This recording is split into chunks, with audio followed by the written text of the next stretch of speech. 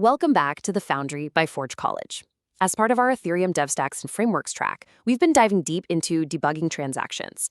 In our last explainer, we tackled transaction ordering mechanisms and really hammered home the absolute necessity of determinism. Today? Well, today we're taking that foundational knowledge and putting on our detective hats. We're launching a full-blown forensic investigation into every Web3 developer's absolute worst nightmare, a broken smart contract.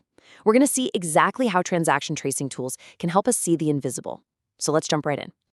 Here is our master blueprint for today's investigation. We'll be moving systematically from the chaotic scene of a crime all the way down to microscopic opcodes, culminating in how you can actually extract and interpret the data to close the case. Section 1. The tracing mystery. Moving beyond surface-level signals. Look, grabbing a transaction hash from a block explorer, it's a solid first step. And sure, basic console logs are totally fine for obvious errors. But what happens when you hit one of those truly sneaky, silent reverts that makes you literally want to throw your laptop out the window? We've all been there, right? Surface logs, like receipts, events, and basic errors, they're basically just the yellow police tape at a crime scene. They tell us something bad went down, but not how or why. Deep traces, on the other hand, are the microscopic lab evidence. We're talking call frames, internal reverts, raw opcodes. They tell us exactly which internal storage slot changed at the exact instruction step. It's a whole different level of visibility. Section 2, what is a trace?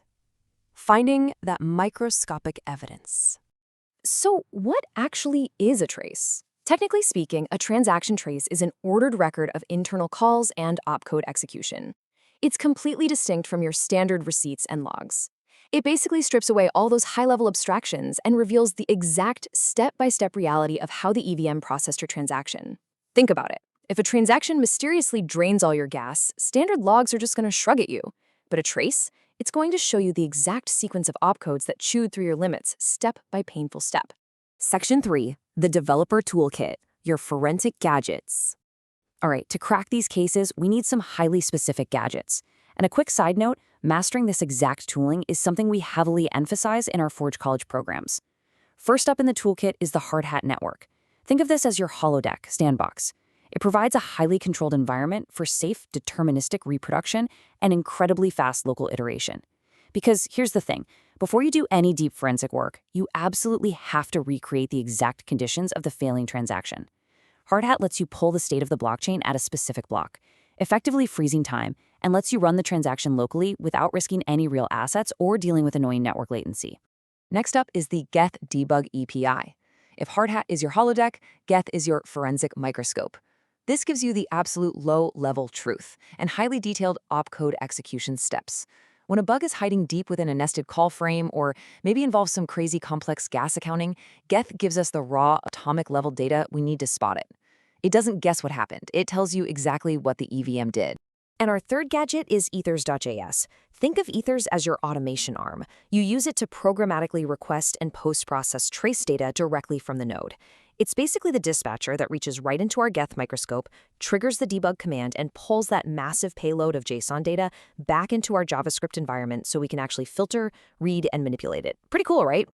And this brilliantly illustrates how these tools complement each other when we map out their strengths and limitations. Geth, it gives you incredibly detailed opcodes and custom tracers, but the trade-off is it needs a specifically enabled node. And honestly, the output is famously complex. Hardhat gives you those fast local forks and easy iteration, but remember, it's still simulated, so there can be minor differences versus a full node.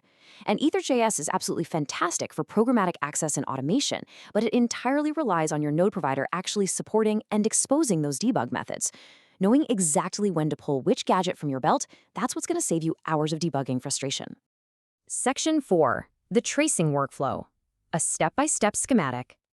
Let's move to the practical application. Imagine a developer staring at a totally frustrating, unexplained revert. Here is the foolproof, chronological blueprint they should follow to solve it. Step 1. Capture. Grab that transaction hash and the exact block number from the wild. Step 2. Reproduce. Create a local fork in Hardhat at that precise block so you can lock in the environment deterministically. Step 3. Extract. Use a dev trace or reach for the node's debug API to pull the raw execution data. Step 4. Interpret. Filter that massive, messy trace down to just the relevant contract address and the specific call frame. And finally, Step 5. Iterate. Modify your inputs locally, run the transaction again, and compare the traces to confirm your fix actually worked. It is a beautifully systematic process that completely removes the guesswork. Section 5. Code and extraction. Commanding the node. Now, what's really fascinating here is this specific JSON-rpc call. We're awaiting a provider.send call, specifically requesting debug trace transaction. We pass in the transaction hash and ask for the prestate tracer. This single command is a real game changer because it completely bypasses those high-level abstractions and talks directly to the node. It might just look like one little line of JavaScript, but I promise you, the nested data it returns is an absolute goldmine of execution secrets. Finally, Section 6. Case closed. Preparing for the deep dive. So the crucial takeaway here is this. Always, always secure a deterministic reproduction first in your holodeck before you go digging into opcode level investigations with your microscope. Remember, reproduce first, then trace. So I leave you with this question. Are you ready to map raw opcodes directly back to your source code? Because that's exactly what we'll be tackling in our next explainer on geth-debugging, what will open up real traces and dissect them line by line. To master these Web3 developer stacks and continue this incredible learning journey, make sure to visit forge.college to explore more. Thanks for joining me on this explainer, and I'll see you in the next investigation.